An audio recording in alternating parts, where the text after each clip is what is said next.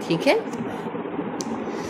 وَاسْتَبَقَا وہ دونوں بڑے، تثنیہ کا صیغہ ہے، دونوں بڑے، سبقت سے ہے. البابا دروازے کی طرف، وَاسْتَبَقَ البابا دونوں ہی دروازے کی طرف دوڑے. یوسف کیوں دوڑے؟ نکلنے کے لیے. زلیخا بی بی کیوں دوڑی؟ روکنے کے لیے. اِنَّا لِلَّهِ وَإِنَّا إِلَيْهِ رَاجِعُونَ. تو ضروری نہیں ہوتا کہ ہر کیس میں مرد ہی برا ہو. عورت بھی کم فتنہ پرور نہیں ہے، عورت بھی ہو سکتی ہے. اور نبی کریم صلی اللہ علیہ وسلم نے فرمایا میں نے اپنی امت کے مردوں کے لیے عورتوں سے بڑا فتنہ کوئی نہیں چھوڑا. اوبویسلی عورتوں کے لیے بھی مردوں سے بڑا فتنہ کوئی نہیں ہے، لیکن ضروری نہیں ہے کہ ہر کیس میں مرد ہی جھوٹا ہو، عورت بھی جھوٹی ہو سکتی ہے. اور آپ دیکھیں کتنے پرانے زمانے کی بات ہے، تب بھی بے حیائی کا یہ عالم تھا. تو جب بھی انسان نے عروج پایا، شیطان نے اسے فحاشی کے ذریعے قابو کیا. تو یہی فحاشی تب تھی، وہی فحاشی اب. وَاسْتَبَقَ الْبَابَ دونوں دوڑے دروازے کی طرف. وَقَدَّتْ اور اس عورت نے پھاڑ دیا، قَمِيصَهُ اس کی قمیص کو، مِن دُبُرٍ پیچھے سے. یوسف کی قمیص کو اس عورت نے پھاڑ دیا. قمیص پھاڑنا مقصد نہیں تھا، اس نے پوری قوت سے کھینچا، یوسف پوری قوت سے بھاگے تو شرٹ پھٹ گئی. اور الفیا دونوں نے پایا، لام فے واؤ موجود پانا، لف کرنا ہوتا ہے جوڑنا، موجود پانا. الفیا دونوں نے موجود پایا، سیدہا اس کے شوہر کو، اس کے سردار کو، اس کے مالک کو، لدل باب دروازے پر. ہاں کی ضمیر عورت کی طرف ہے، تو ظاہری بات ہے عزیز مصر وہ جو وزیر تھا جس نے خریدا تھا یوسف علیہ السلام، جب دروازہ کھولا یوسف نے، یوسف رکے نہیں نا، قمیص پھٹ گئی، وہ ٹکڑا اس کے ہاتھ میں رہ گیا، یوسف آگے چلے گئے. یوسف نے جا کے دروازہ کھولا اور نکلنا چاہا تو آگے عزیز مصر موجود. وہ اپنے بیڈ روم میں لائی ہوگی نا، تو وہ آیا ہوگا اپنی بیوی کے پاس. اب دونوں نے موجود پایا. اب ظاہری بات ہے کہ بڑی اور سچویشن تھی نا، تو سوال جواب تو بنتے تھے. اب اس نے کیا کیا؟ سارا ملبہ یوسف علیہ السلام پر ڈال دیا. قالت فوراً کہنے لگی، ان کو اس نے فوراً سچویشن سنبھالی. اس سے آپ یہ اندازہ لگائیں عورت عادی مجرم تھی. اگر کوئی بھی انسان کسی بھی معاملے میں فرسٹ ٹائم کوئی جرم کرے نا، بہانے نہیں سوچتی. کبھی زندگی میں آپ نے کوئی کام کیا ہوگا چھوٹا موٹا، بچپن میں یا اب کوئی بات کی ایسی جسے آپ نے چھپانا چاہا اور اس کے اوپر وہ آگے، معمولی بات بھی ہو سکتی ہے، تو آپ کو بہانہ نہیں سوچتا. ہوتا ہے ایسا، ہے نا؟ اور آپ کی گھبراہٹ سے راز کھل جاتا، اور بعد میں آپ کو ڈانٹ پڑتی ہے، یعنی کہ تم سے اتنی سی بات نہیں چھپائی گی، کیونکہ مائنر باتوں کی بات کر رہی ہوں، کوئی بھی چھوٹی سی بات تو آپ اسے نہیں چھپائی جاتی. اور آپ کے یعنی کہ باڈی لینگویج سے پتہ چل جاتا ہے کہ you are trying to hide in something. اب اس عورت کے اتنا کانفیڈنس اور اتنی مہارت سے جھوٹ بولنا اور اتنی تیزی سے پلٹا کھا جانا، اور آپ دیکھو سمپلی تو نہیں نا کہا ہوگا، اس نے تو رونا پٹنا شروع کر دیا ہوگا. اگر کسی عورت پر کوئی زبردستی کرنے کی کوشش کرے اور اس کا محرم آ جائے تو اس وقت اس کی کیفیت کیا ہوگی؟ وہ تو تڑپے گی، روئے گی، چلائے گی. اب اس عورت نے تو وہی رول پلے کیا نا، تو اس سے آپ دیکھیں کتنی ڈرامہ باز عورت. فوراً نہ صرف پلٹی کھائی بلکہ وہ پورا رول، وہ پارٹ پلے کیا، وہی رونا پٹنا مچلنا، مظلومیت کا ڈرامہ. اور یوسف بیچارے ہکا بکا، ہے نا، کیونکہ ان کو تو ڈرامہ کرنا آتا نہیں تھا. تو لہٰذا یہ صرف ایک سمپل جملہ تو قرآن نے بیان کیا نا، اس سمپل جملے کے پیچھے پورا بیک گراؤنڈ ہے. اگر کسی عورت پر ایسی مصیبت گزر رہی ہو تو وہ سکون سے بیٹھ کر تو نہیں نا بتائے گی، اس وقت تو اس کو اپنے آپ پر قابو ہی نہیں ہوگا. وہی کیفیت اس نے ظاہر کی. اس سے یہ بات سمجھ آتی ہے کہ وہ عادی تھی اپنے شوہر کو دھوکہ دینے کی، اور منجھی ہوئی عورت تھی. تبھی اس نے نہ صرف اپنے دماغ کو فوراً یوز کیا بلکہ اس نے فوری طور پر پورا ناٹک بھی رچا، ڈرامہ کر کے بھی دکھایا، اور ہر طرح سے معاملے کو ہینڈل کر دیا. وہ تو اللہ کریم ساتھ تھے، یوسف کی بچت ہو گئی، ورنہ صورتحال تو پھنسا دینے والی تھی. کوئی عام غلام ہوتا تو وہی پھنستا نا. یوسف علیہ السلام تو عزیز مصر کی نظروں میں پہلے دن سے چڑھے ہوئے تھے، اور وہ مسلسل ان کی خوبی اور ان کی سیرت دیکھ رہا تھا، تو اس کو پھر فوراً یقین نہیں آیا. اور یوسف کی نیکی کی بنا پر، اب دیکھیں یہاں پر ایک اور چیز قابل غور ہے، صرف خاندان سب کچھ نہیں ہوتا، صرف بیک گراؤنڈ سب کچھ نہیں ہوتا. انسان کی اپنی ذات کی اہمیت اور وزن ہوتا ہے. یوسف کا کون سا بیک گراؤنڈ ہے؟ غلام ہی تھے نا، لیکن ان کی ذاتی شخصیت کا اتنا اثر تھا لوگوں میں. ظاہر عزیز مصر انہیں ساتھ لے کر جاتا ہوگا دربار میں وغیرہ، اس کے لیے تو وہ فخر تھے نا کہ اتنا پڑھا لکھا، اتنا ذہین نوجوان. تو ان کی سیرت اور کردار کا لوگوں پر اتنا اثر تھا کہ خود زلیخا کے گھر والوں نے کیس کی جانچ پڑتال پر توجہ دی. یہ نہیں کیا کہ غلام ہے ایسا ہی ہوگا اٹھاؤ ڈال دو. تو اپنی شخصیت کا بھی وزن اور وقار ہوتا ہے. تو اپنے آپ کو باوقار کریں, اپنے آپ کو آبرومند کریں, تاکہ کوئی کہنے سے پہلے 1000 بار سوچے ایسے کہیں اس کے بعد. اس عورت کا سارا ڈرامہ ایک طرف اور یوسف علیہ السلام کی نیک سیرتی کی حقیقت ایک طرف. تو آخر کار غالب کیا آتا ہے؟ سچ.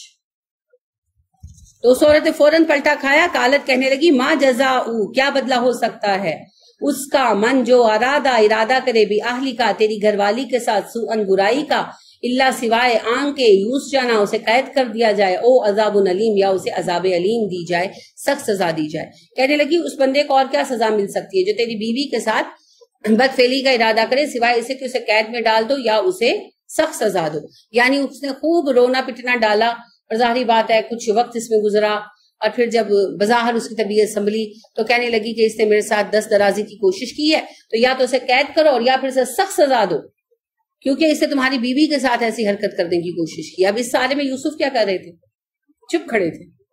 کیونکہ جب ایک بندہ ڈرامہ کر رہا ہے دوسرے کی سنی جائے گی, دونوں طرف بولنا شروع کر دو. ہم تو ایسے ہی بے وقوف لوگ ہیں.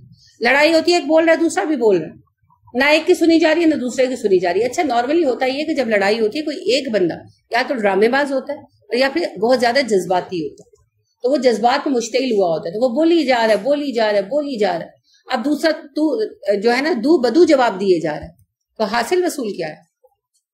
0, کیونکہ اگلے نہ اس کی سن رہے نہ آپ کی سن رہے, وہ تو صرف چپ کرانا چاہ رہے. لہذا یوسف علیہ السلام کو انتہائی شدید سیلف کنٹرول حاصل تھا, اور دوسرا توکل تھا, ہونا وہی ہے جو اللہ نے چاہا, اس کے کہنے سے کچھ نہیں ہونے لگا. لہذا وہ چپ چاپ کھڑے تھے تب تک جب تک ان سے بات نہیں کی. ایک عورت رو رہی ہے, پٹ رہی ہے, تڑپ رہی ہے, اس وقت سب اسی کو دیکھیں گے, کون سنے گا مرد کی بات. لہذا یوسف چپ چاپ کھڑے رہے. اس دوران یوسف نے کوئی انٹرفیئرنس نہیں کی. جب وہ اپنا ڈرامہ ختم کر چکی اور اپنے میاں سے تقاضا کر چکی اس سے مجھ پر دست درازی کی, اسے قید میں ڈالو یا اسے سخت سزا دو, اب جب یوسف کی طرف پلٹا گیا کہ یوسف یہ کیا بات ہے, تم تو ایسے آدمی نہیں ہو, تب یوسف نے بات کی. کالا جب پوچھا گیا, کالا اس نے جواب دیا, ہیا یہی عورت ہے, راودتنی پھسلانا چاہتی تھی مجھ کو, ان نفسی اپنی جانب, میں نے اس کا ارادہ نہیں کیا, خود یہ عورت مجھے اپنی جانب مائل کر رہی تھی. اب یوسف نے اتنی ہی بات کہی, آگے پیچھے کا کوئی قصہ نہیں چھیڑا. اب آپ سوچ سکتے ہیں کہ اس بات پر کیا ہنگامہ مچا ہوگا. ایک وزیر کی بیوی کسی وزیر ہی کی بیٹی ہوگی نا, تو شاہی گھرانے کی ایک عورت پر یوسف نے اتنی بڑی بات اتنی اعتماد سے کہی, اس بات پر جم گئے. اب زلیخا یہ بات سن کر ٹھنڈی ٹھنڈی بیٹھ گئی ہوگی, کتنا شور مچایا ہوگا اس نے. اب اس کا شور شرابہ ایک طرف, یوسف کی صبر والی ایک بات ایک طرف. یوسف اپنی بات پر ڈٹے رہے. اب اس بات پر بات بڑھ گئی نا, بحث ہوئی تو آخر کار اللہ فرماتے ہیں وہ شہیدہ, گواہی دی, شاہدوں نے گواہ نے, من اہلیہا عورت ہی کے اہل خانہ میں سے. جب بات بڑھ گئی تو عورت کے اہل خانہ میں سے ایک بندے نے گواہی دی. گواہی کیا دی؟ ثبوت کے ایک طریقہ پیش کیا. اس نے کہا بات طے ہو سکتی ہے, میں ایک طریقہ بتاتا ہوں. ان کانا قمیصہ قد من قبل, اگر مرد کی قمیص یوسف کی قمیص سامنے سے پھٹی ہے, فصدقت عورت سچی ہے, وہ ہوا من الکاذبین یہ جھوٹا ہے. اگر یعنی زلیخا نے کہا نا کہ اس نے اتنی ہاتھا پائی کی کہ اس کی قمیص پھٹ گئی میرے ہاتھوں میں. اس نے کہا اگر قمیص سامنے سے پھٹی ہے تو زلیخا سچی ہے, یوسف جھوٹ بول رہا ہے.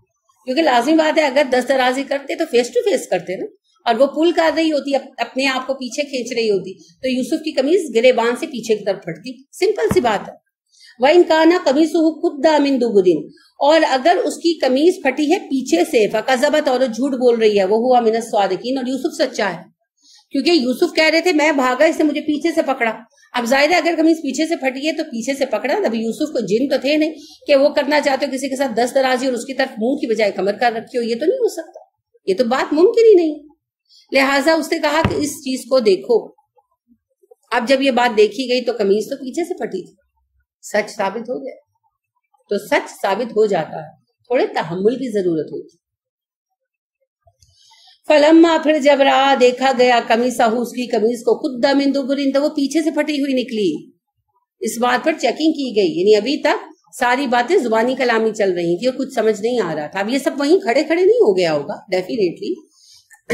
جو بھی ان کا ہال تھا, جو دیوان تھا, وزیر تھا, اس کا بھی دربار لگتا ہوگا, یعنی ان کے اپنے مقدمات کے فیصلے وغیرہ کرنے کے اختیارات ہوتے ہیں نا علاقائی طور پر. وہاں پر جا کر بیٹھ کر ساری بات زیر بحث آئی اور لوگوں نے اس میں مشورے بھی دیے، یہاں تک کہ پھر یہ بات سامنے رکھی گئی اور جب یوسف علیہ السلام کی شرٹ چیک کی گئی تو وہ پیچھے سے پھٹی ہوئی نکلی۔ کالا، وہ بولا، کون بولا؟ عورت کا شوہر، فیصلہ اس نے کرنا تھا نا، اس کے گھر کا معاملہ تھا۔ انہو من کیدکنا، یہ تم عورتوں کی چال ہے۔ اب کتنی عورتیں تھیں وہاں؟ تو صرف اس کی بیوی تھی۔ اس نے ویسے یہ بات کہی کہ یعنی عورتیں چالیں چلتی ہیں تو یہ عورتوں کی چال میں سے ایک چال ہے، پہلے تم نے مجھے دھوکہ دیا اور جب میں وقت پر پہنچ گیا تو پھر تم نے فوری طور پر انترا بدل دی۔ اب یہاں ایک اور بات بھی سمجھ آتی ہے، وہ بہت بے راہ رو معاشرہ تھا نا۔ میں اکثر عرض کرتی ہوں آپ اس معاشرے کو یوں سمجھیے جیسے فرانس کا یا امریکہ کا معاشرہ، تو وہاں آؤٹ آف میرج ریلیشن شپ رکھنا فیشن تھا، تو اس کو بھی پتا تھا کہ اس کی بیوی کوئی پاک دامن نہیں ہے، کوئی مریم بی بی نہیں ہے، لہذا اس کو بھی کوئی اتنا یقین نہیں تھا۔ ہاں جب بات یوسف پر ڈالی گئی، چونکہ اسے یوسف پر بہت بھروسہ تھا، تو وہ چاہتا تھا کہ اس بات کو انویسٹیگیٹ کیا جائے کہ کیا واقعی یوسف برے نکلے ہیں، اس کا اندازہ غلط ثابت ہوا یا کہ یہ فریب ہے۔ بہرحال فریب ثابت ہوا تو اس نے کہا یہ تم عورتوں کی چال بازی میں سے چال بازی ہے کہ جس طرح عورتیں اکثر اپنی جان چھڑانے کے لیے جھوٹ گھڑ لیتی ہے نا، تو اسی طرح تم نے بھی جھوٹ گھڑا ہے۔ ان کیدکن عظیم، اور بے شک تم عورتوں کی چالیں بہت بڑی ہوتی ہیں۔ یہ کس کا جملہ ہے؟ اللہ کا نہیں، عزیز مصر کا۔ اکثر اس کی نسبت اللہ کی طرف کی جاتی ہے اور کہا جاتا ہے کہ اللہ نے بھی کہا ہے کہ عورتوں کی چالیں بڑی ہوتی ہیں۔ جو عورتیں چال چلنا چاہیں، کیا عورتیں کیا مرد انسان چال چلنے پر آئے تو شیطان کو مات دے جاتا ہے، لیکن بات یہ ہے کہ یہ عزیز مصر کا جملہ ہے، اللہ کا نہیں ہے۔ ان کیدکن عظیم، بے شک تم عورتوں کی چالیں بہت بڑی ہوتی ہیں، تم عورتیں بڑی بڑی چالیں چلتی ہو اور لوگوں کو پھنسا دیتی ہو۔ انکی کنتی من الخاطئین، اور بے شک اے عورت تو گناہ گاروں میں سے ہے۔ اپنی بیوی کو کہا کہ تو خطا کار ہے، تو نے غلطی کی۔ وکالا، اور کہا، نسوتن، عورتوں نے، یعنی عزیز مصر نے اپنی بیوی کی غلطی کو جان لیا اور سر دربار یہ فیصلہ ہو گیا، یوسف علیہ السلام کو کلیئر کر دیا کہ اب دربار سے مراد یہ نہیں کہ پورا شہر کا دربار لگا ہوا تھا، فیملی کے لوگ تھے۔ اب بات جب ایک دم سے سامنے آئی تو وہ تنہا نہیں تھا نا، اس کے ساتھ اہل خانہ تھے، کوئی ملازم وغیرہ ہوں گے، تو ضروری تھا کہ اس بات کو چیک کیا جاتا۔ اگر تو اکیلا ہوتا تو دبا دیتا، اس وجہ سے کہ آزاد معاشرہ تھا نا، بے راہ رو معاشرہ تھا، لیکن اب سب میں بات تھی تو بات کو پھر انویسٹیگیٹ کیا جانا ضروری تھا، عزت کی بات بن گئی تھی، لہٰذا پھر اہل خانہ کو بٹھا کر، قریبیوں کو بٹھا کر فیصلہ کیا گیا۔ تو خود عزیز مصر اور اس کی بیوی کے خاندان کے سامنے یہ بات کھل گئی، تو ان کے سامنے ہی اسے اپنی بیوی کو کہا کہ اب تو معافی مانگ یوسف سے، اور یوسف کو بھی کہا تو درگزر کر، اور بات کو ختم کر دیا گیا، اور یوسف کا وہی عزت اور مقام بحال رہا جو پہلے تھا، کیونکہ یوسف نے تو کچھ کیا ہی نہیں تھا۔ اب یہ بات باہر نکل گئی۔ کیسے باہر نکلی؟ ظاہر ہے کہ عزیز مصر کے گھر والوں نے، فرض کریں اس کا بھائی تھا، اس نے جا کر بھابھی سے کہا ہوگا، بھابھی نے اپنے بھائی سے کہا ہوگا، ملازم تھے، ملازموں نے ملازموں سے کہا، تو اب سب طرف بات پھیل گئی۔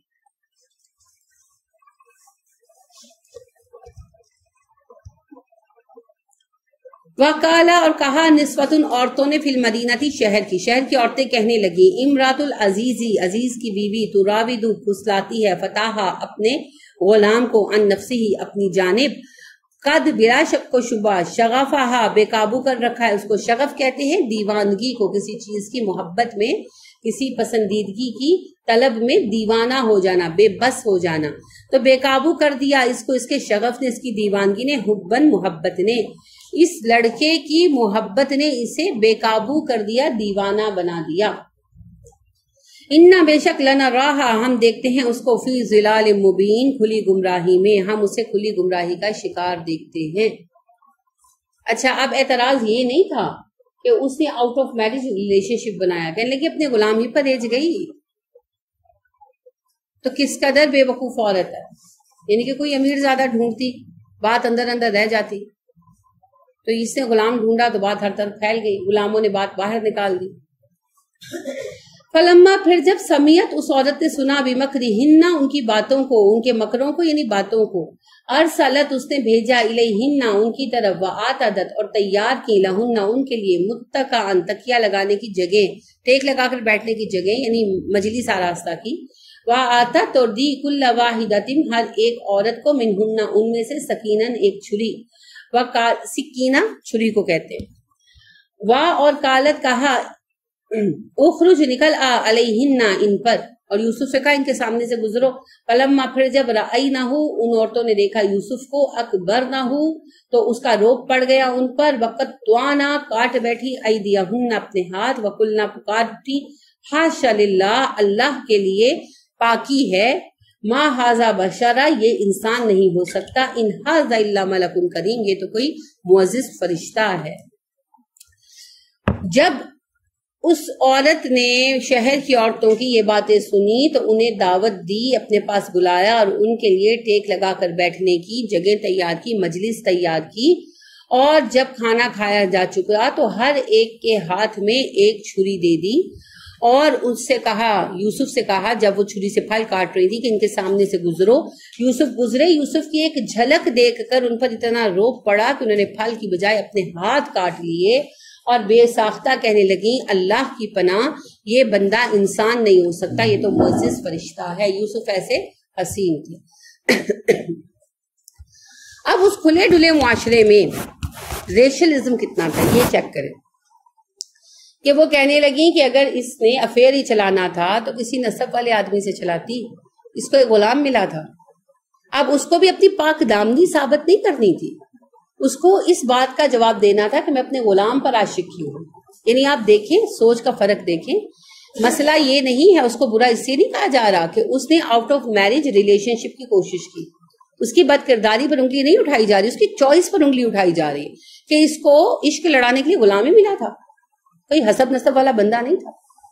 یہ سوچ کا فرق آپ چیک کریں، اور وہ بھی کلیریفیکیشن اس بات کی نہیں دے رہی کہ بھائی میں ایک پاک دامن عورت ہوں، مجھ سے غلطی ہو گئی ہے اتفاقاً، وہ کلیریفیکیشن اس بات کی دے رہی ہے کہ جس غلام پر تم مجھے بات کری اس غلام کے آگے بڑے بڑے امیرزادے پانی بھرتے نظر آتے، اور اس عشق کو یعنی اس کو اول تو عشق کہنا ہی خطا ہے، اور دوسرا اس کو کہتے ہیں جی یہ عشق زلیخا کو اس کے حقیقی تک لے گیا، یہ عشق تھا کہ ہوس تھی، اگر یہ عشق ہے تو ہوس کس کو کہتے ہیں؟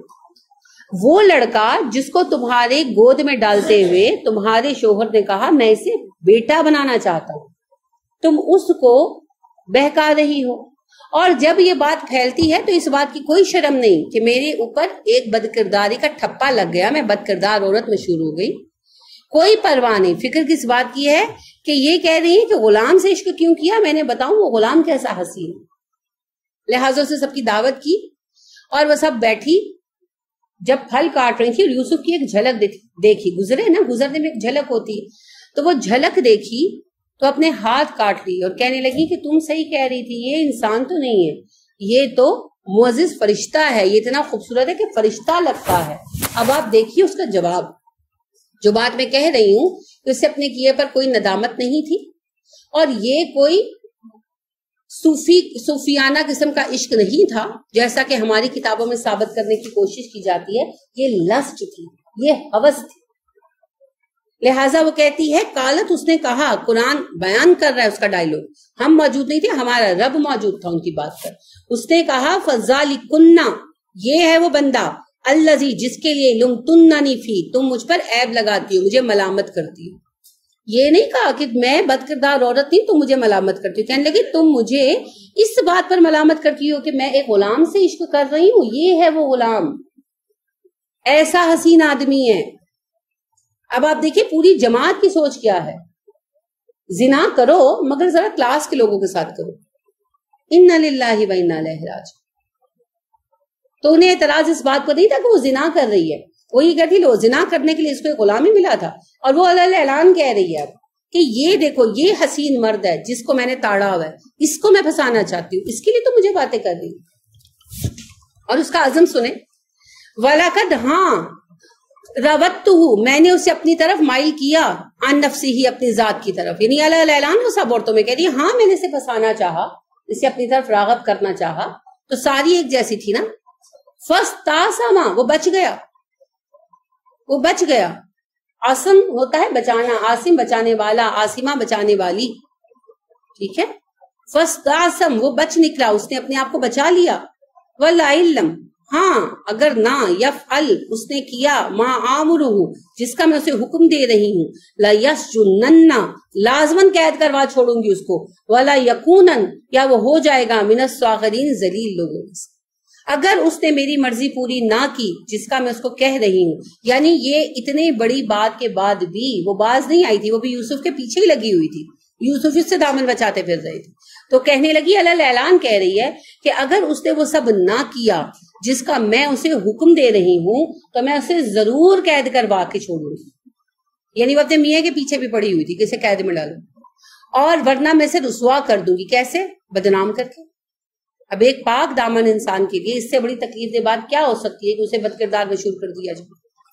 تو اگر وہ جھوٹے قصے سنانا شروع کر دیتی، اسے ایسی دھمکی بھی دی ہوگی نا. یوسف کو اس بات سے اندازہ ہوتا ہے کہ میں مشہور کر دوں گی کہ تم میرے کیپ ہو. تو یوسف کے لیے کتنی اذیت کی بات تھی، کتنی تکلیف دہ بات تھی ساتھ.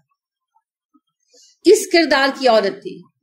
اب اس کردار کو مد نظر رکھیں اور مجھے بتائیں کہ وہ عشق صوفیانہ کہاں سے نکلتا ہے جس کی بنا پر ہر کتاب میں ڈالا گیا ہوتا ہے کہ وہ جی بے نیاز ہو گئی. پورا قصہ بناتے ہیں نا. پھر اس کو جوان کیا گیا، پھر اس کی شادی یوسف سے کی گئی. پھر جب یوسف پہلی رات اس کے پاس آئے تو اس نے کہا مجھے آپ سے کوئی رغبت نہیں کیونکہ میں تو اللہ کے عشق میں مبتلا ہو گئی. سبحان اللہ. ایسے عشق سے اللہ ملتا ہے. قرآن کی تعریف میں تو اسے زنا کہتے ہیں. یہ ہوس نہیں ہے، عشق حقیقی کی پہلی منزل ہے. تو پھر ہوس کس بلا کریں، کس چیز کو ہوس کہتے ہیں؟ یعنی آپ کے گھر میں ایک ملازم ہے جسے آپ کا شوہر بیٹا بنانے کا عزم رکھے ہوئے، آپ اس ملازم کو چین کی زندگی نہیں جینے دے رہی اور اس عشق کے اوپر ٹھپا لگایا جا رہا ہے عشق حقیقی کا کہ یہ عشق حقیقی کی پہلی منزل تھی عشق مجازی. تو پہلے اس نے یوسف سے عشق کیا، پھر اللہ سے کر لیا. پہلے گندگی سے گزرے. بالکل جی. پہلے زنا کرے، استغفر اللہ، کسی پر عاشق ہوں، اسے بدنام کریں، خود بدنام ہو، پھر آپ کو عشق حقیقی مل جائے گا معاذ اللہ.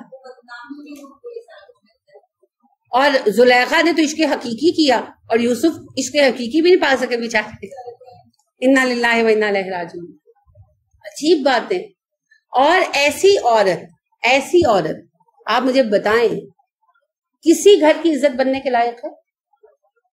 اور یہاں کیا جی اسے اللہ نے جوان کیا دوبارہ یوسف سے شادی کرنے کے لیے. کیوں بھائی؟ کون سے سرخاب جھڑے تھے اس میں کہ اللہ کو یوسف کے لیے یہی ملی تھی؟ سورہ احزاب پڑھی ہے نا آپ نے. خالی بیویوں نے خرچہ مانگ لیا تھا اور اس پر اصرار کر لیا تھا، ضد کر لی تھی نا، سب نے ایکا کر لیا نا. تو آپ کو تکلیف ہوئی ان کے سرویے سے. تو اللہ نے کہا ان سے کہو اے نبی اگر تمہیں دنیا چاہیے میں دنیا دے کر رخصت کر دیتا ہوں، اللہ آپ کو ان سے بہتر بیویاں دے گا، کواری بھی اور سیبہ بھی. کہا نا. حالانکہ کیا خرابی تھی امہات المومنین میں، ماشاءاللہ بہترین عورتیں تھیں. صرف آپ کے سامنے ضد کر لی. تو اللہ نے کہا میرے نبی کے ساتھ ضد کر رہی ہو، جاؤ تم سے بہتر عورتیں لا دوں گا جو فرما بردار ہوں گی. ستایا ہی کیوں؟ میرے نبی کو ضد کر کے تنگ بھی کیوں کیا تم لوگوں نے؟ جائز خواہش تھی، کوئی محلات نہیں مانگ رہی تھی، گھر کا ریگولر خرچہ مانگ رہی تھی. پھر بھی اللہ نے یہ جملہ کہا. اور آپ نے پڑھا احزاب میں اللہ نے جملہ کہا. اللہ نے کہا کہ ان سے کہو طلاق لے کر چلی جائیں اور مال دے کر رخصت کر دو، میں تمہیں ان سے بہتر بیویاں دوں گا، کواری بھی اور شادی شدہ بھی. اور بیویوں سے کہا کہ تم نبی کی مخالفت کرو گی، اس کا ساتھ دینے والا اللہ ہے، جبرائیل ہے، سارے فرشتے اور سارے مومن ہیں. کیا کہا تھا بیچاریوں نے کہ اللہ نبی کے مقابل اتنی سرکشی برداشت نہیں کرتے. ایسی عورت کو بنائیں گے نبی کی بیوی؟ اللہ کو مصیبت کیا پڑی ہے کہ اللہ زلیخا کو پھر سے جوان کر کے جو ہے یوسف کے ساتھ بیاہ ہے. کون سا کارنامہ کیا تھا زلیخا نے؟ یہ گند گھولا تھا. ایک عام فہم کا ماں یا باپ جو ہے اپنے بیٹے کے لیے ایسی عورت کو بیوی بنانے پر راضی ہو. اللہ کو نبی کے لیے یہی ملی تھی. اب پھر آپ دیکھیں صحیح بخاری کی روایت کہ حضرت ابراہیم علیہ السلام آئے اور ان کی بہو اسماعیل کی بیوی، اس نے صرف شکایت کی کہ بس گزارا ہو جاتا ہے، تنگی ترشی بہت ہے. تو ابراہیم علیہ السلام کہہ گئے اس کو کہنا گھر کی چوکھٹ بدلنا ہے نا. پھر دوبارہ آئے، دوسری شادی کر چکے تھے اسماعیل. انہوں نے کہا اسماعیل نے کہ میرے والد تھے، انہوں نے کہا تمہیں طلاق دے دوں. کس بنا پر نکال دی گئی؟ نہ شکری کی بنا پر. ایک نبی نے دوسرے نبی کو ایڈوائز کی. یہ صرف باپ کی بیٹے کو وصیت نہیں تھی، یہ ایک نبی کو دوسرے نبی کو ایڈوائز تھی جو سینئر تھے اور ان پر نگران تھے. کہ اب اس کو بیوی مت رکھنا، یہ ایک نبی کی بیوی بننے کے لائق نہیں ہے. کیا خامی تھی اس عورت میں بیچاری میں؟ نہ شکر گزاری، اللہ کا شکوہ کرنا، تو نہ شکریہ ایسی مصیبت. اور ایک بد کردار عورت کو اللہ ایک نبی کی بیوی بنائیں گے. عورتوں کی کمی ہو گئی ہے دنیا میں، یہ کوئی سوال عورت نہیں بچی تھی. تو یہ ساری جھوٹی باتیں، اور یہود ایسی باتیں اس لیے گھڑتے ہیں کہ فحاشی اور بے حیائی کو راہ دی جا سکے. اب آپ سوچیں کہ کتنا گندا کردار تھا، کردار پر غور کریں. اور پھر اس کے برعکس آپ دیکھیں یوسف ایسے ماحول میں کیسے اپنے کردار پر قائم تھے. ہم آج کہتے ہیں نا کیسے کردار بچائیں، کیسے بچوں کو بچائیں. وہ سوچ پیدا کر دی جو یوسف میں تھی. پہلی بات اللہ کے احسانات کا احساس، اور ان احسانات کے ہوتے ہوئے ہم نافرمانی کیسے کریں. پھر رستہ چنتے ہوئے ہمیشہ یہ یاد رکھیں اللہ کا راستہ کون سا ہے، شیطان کا راستہ کون سا ہے. اور تیسری بات العلم، برہان ان کے ہاتھ میں دے دیں. وہ برہان جگہ جگہ پر روشنی دکھائے گا، جگہ جگہ پر روشنی دکھائے گا. بہت دفعہ غلطی ہم پتہ ہے کیوں کرتے ہیں؟ لا علمی کی بنا پر، ہمیں علم نہیں ہوتا. جیسے ایک چھوٹی سی بات میں آپ کو بتاتی ہوں. رمضان میں کسی نے مجھ سے پوچھا، اور وہ بہت پریشان تھی اس بات پر کہ ساری زندگی گزر گئی میں تراویح کا اہتمام کرتی ہوں، تو مجھے کسی نے ابھی بتایا کہ تراویح کا لفظ تو نہ قرآن میں ہے نہ حدیث میں ہے، یہ تو خود ساختہ چیز ہے، تو آپ کیوں پڑھتی ہیں؟ تو میں نے 3 دن سے نہیں پڑھی اور میں بہت پریشان. اب بتائیں کیا ہے اس کا جواب بتائیں. لفظ تراویح نیا ہے، یہ قیام اللیل ہے. اتنی یہ لا علمی ہے نا. ان صاحب جن صاحب نے کہا وہ بیچارے بھی لا علم رہے اور زندگی کی کتنے سال گوا دی. تراویح کا لفظ ہمارے ہاں رائج ہے، جیسے نماز کا لفظ ہمارے یہاں رائج ہے، قرآن و حدیث میں نہیں آیا. اسی طرح تراویح کا لفظ ہمارے ہاں رائج ہے، قرآن و حدیث میں نہیں آیا. قرآن و حدیث میں قیام اللیل آیا، اور قیام اللیل ثابت ہے. اب چاہے اسے تہجد کہیں، چاہے قیام اللیل کہیں، چاہے تراویح کہیں. یہ کیا ہے؟ لا علمی. اگر علم ہوتا تو زندگی ضائع نہ ہوتی.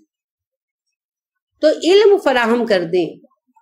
اس وقت آپ کو لگے گا یہ تنگ پڑ رہے، یہ بات نہیں سن رہے، کوئی بات نہیں، علم تھوڑا تھوڑا دیتے رہیں، دیتے رہیں، دیتے رہیں، دیتے رہیں.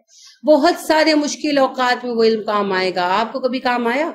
فرض کریں آپ کو ماں نے بچپن میں بتایا ہو کسی کا ہاتھ جل جائے تو اس کو دھو کر اس کے اوپر پیسٹ لگا دو یا نیل لگا دو یا انک لگا دو. یہ گھریلو ٹوٹکے ہیں. تو آپ نے کبھی اس بات کو سنا بھول گئے.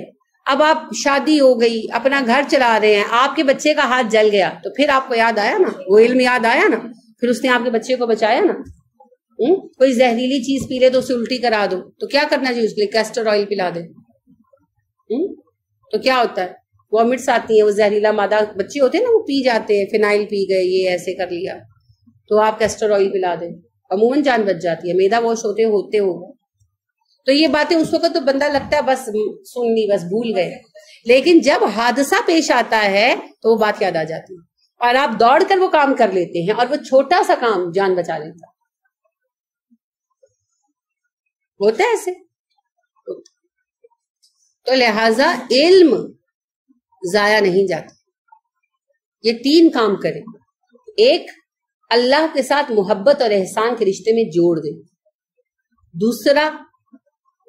دوسرا چوائس سکھائیں کہ جب بھی سامنے راستہ آئے سوچ لو اللہ کے راستے پر جانا ہے، رحمان کے راستے پر جانا ہے یا شیطان کے.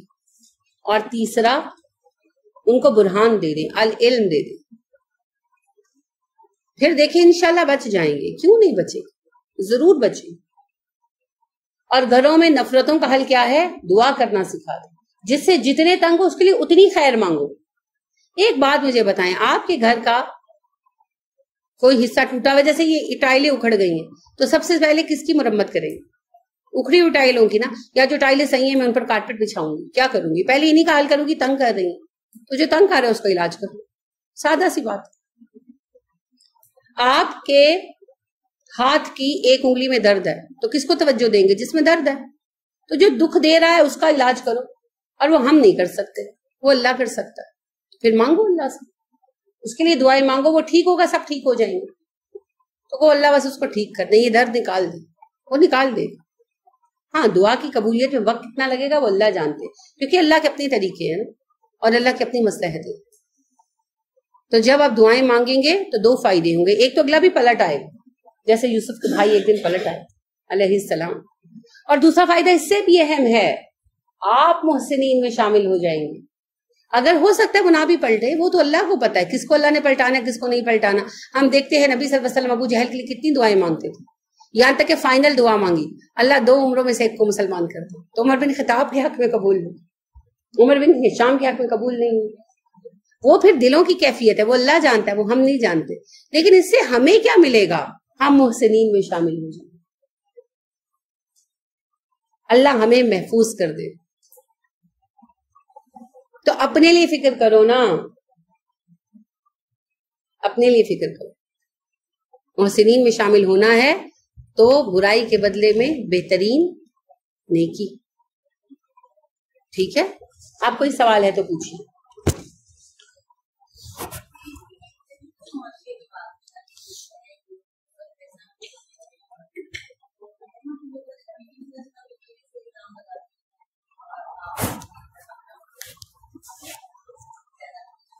حضرت زینب بنت جوہش سے جو شادی ہوئی, دیکھیے پتہ ہے کیوں انٹینشنلی پھیلائی گئی. آپ صحیح کہہ رہی ہیں, ایکسپٹنس پتہ ہے کیوں ہوتی ہے؟ لا علمی کی بنا پر. قرآن سے ہم لا علم ہیں. آپ کو پتہ ہے ایک صاحب نے مجھے کہا, اقبال کے بارے میں بحث کر رہے تھے, مجھ سے کہتے تھے اقبال شرابی تھے. میں نے کہا نہیں تھے. ان کے حیات پر تحقیق کرنے والے مورخ کہتے ہیں وہ نہیں تھے, اور اقبال شرابی نہیں تھے. تو وہ بحث کرنے لگے نہیں تھے. تو کہنے لگے, میرے میاں سے پلٹ کر کہنے لگے, اصل میں بھابھی کو مسئلہ یہ پیش آ رہا ہے کہ ایک شرابی اللہ کا ولی کیسے ہو سکتا ہے. یعنی آپ پوائنٹ سمجھ رہے ہیں کہ ایک شرابی ایک زانی بھی اللہ کا ولی ہو سکتا ہے. تصوف کی یہی قصے ہیں نا. یعنی ایسی ایسی گندی باتیں ہیں کہ بیان کرنا تو دور کی بات ہے, سوچ کر گنا تھی کیا کہوں آپ سے. خیر, تو وہ یہی پیش کرتے ہیں کہ گندا آدمی, ایک زناکار, ایک طوائف, ایک جسم فروش بھی اللہ کا ولی ہو سکتا ہے. ٹھیک ہے, قرآن یہ کہتا ہے کہ جو زناکار, جو جھوٹ بولنے والا, حرام کمانے اور حرام کھانے والا ہے, وہ تو ایمان کے درجے سے بھی گرا ہوا ہے نا. جب زانی زنا کرتا ہے, نبی صلی اللہ علیہ وسلم نے فرمایا اس کا ایمان اس کے جسم سے نکل کر الگ ہو جاتا ہے. تو اس وقت وہ حالت ایمان میں بھی نہیں ہوتا. اور زانی مومن بھی ہے نا, مسلمان ہے, تو مرنے کے بعد بخشش نہیں ہے نا. ان کی سزا نبی صلی اللہ علیہ وسلم نے دیکھی نا, تندور کی طرح کے گڑے میں ڈالے گئے, نیچے سے کھلا اوپر سے تنگ ہے, آگ کے ابال کے ساتھ اوپر آتے ہیں, پھر نیچے گرتے ہیں, پھر آگ کے ابال کے ساتھ اوپر آتے ہیں. اب یہ قرآن سے دوری کی وجہ سے ہمارے ذہنی تصورات بن گئے ہیں کہ نیکی کا ایک تصور وہ ہے جو ہم دیکھتے ہیں, اور ایک تصور وہ ہے جو دلوں کے اندر ہے. تو ایک بندہ جو بظاہر نظر آتا ہے حقیقت میں ضروری نہیں وہ ہو. نہیں جی, ایسی کوئی بات نہیں. عمر فاروق رضی اللہ عنہ نے کہا تھا, جب خطبہ خلافت دیا تھا انہوں نے, بالکل انہوں نے کہا نبی کریم صلی اللہ علیہ وسلم وفات پا چکے ہیں جن پر وحی آتی تھی, ہم اسی کا اعتبار کریں گے جو ہمیں دکھائی دے گا. جو ہمیں نیک نظر آئے گا ہم اسے نیک مانیں گے, جو ہمیں برا نظر آئے گا ہم اسے برا مانیں گے. لہٰذا ہم سے اپنی جان اور مال بچانے کے لیے نیک بن کے رہو. ٹھیک ہے, تو یہ کوئی اصول ہے ہی نہیں, مگر بدقسمتی سے ہمارے ہاں بڑا عام ہے. ہاں جی, یہ پتہ ہے یہ شیطان کا پڑھایا ہوا بڑا عمدہ فلسفہ ہے, جو بظاہر بڑا حسین نظر آتا ہے اور اندر سے اس سے بڑا فتنہ کوئی نہیں.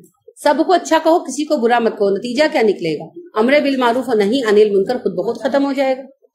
کیونکہ نہی عن المنکر کیا ہے؟ آپ یہ غلط کر رہے ہیں, یہ مت کریں, اور یہ کریں, یہ امر بالمعروف ہے. تو امر بالمعروف اور نہی عن المنکر نبی صلی اللہ علیہ وسلم نے کہا کبھی مت چھوڑنا. جب تم چھوڑ دو گے تو ذلیل ہو جاؤ گے, اور تم پر ایسے لوگ حاکم بن جائیں گے جو تمہارے بڑوں کی عزت نہیں کریں گے, تمہارے چھوٹوں پر شفقت نہیں کریں گے, تم ان پر لعنت کرو گے وہ تم پر لعنت کریں گے, اور اس وقت میں تمہارے نیکوکار افراد کی دعائیں بھی قبول نہیں ہوں گی. یعنی آپ دیکھیں امر بالمعروف اور نہی عن المنکر چھوڑنے کا فتنہ ایسا عظیم ہے کہ دعاؤں کی قبولیت نیکوکار کے لیے بھی رک جاتی ہے. تبھی تو ہم کعبے میں بیٹھ بیٹھ کر دعائیں مانگے اللہ کشمیر آزاد کرا دے, نہیں ہوتا.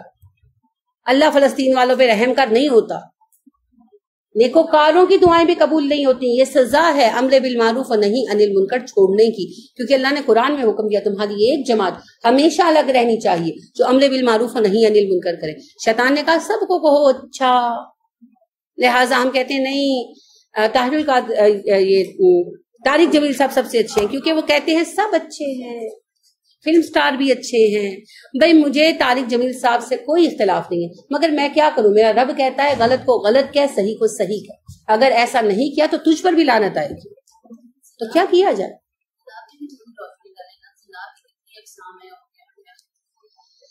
وہ سورہ نور کا موضوع ہے، ٹھیک ہے نا، وہ ساری تفصیل سورہ نور میں آتی ہے. جب ہم آیت پڑھتے ہیں وَلَا تَقْرَبُوا الزِّنَا، اس وقت یہ تفصیل زیر بحث آتی ہے. ٹھیک جی، اور کوئی بات؟ چلیے، سبحانک اللہم و بحمدک ونشہد ان لا الہ الا انت ونستغفرک ونتوب الیک.